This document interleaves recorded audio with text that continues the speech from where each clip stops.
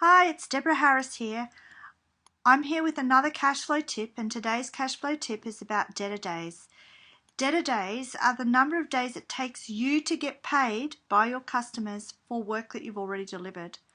So the number of days that it takes you to get paid is cash flow flowing out of your pocket, and you need to get that cash flow to come in as quickly as possible.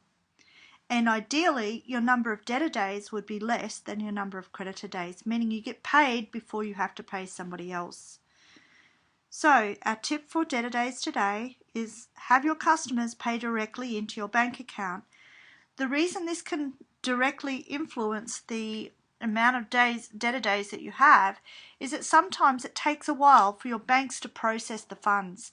So while those funds are sitting there in the bank, they're not actually in your account available for you to use.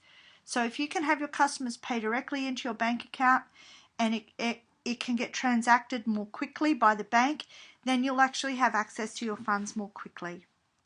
So this is a cash flow tip on debtor days.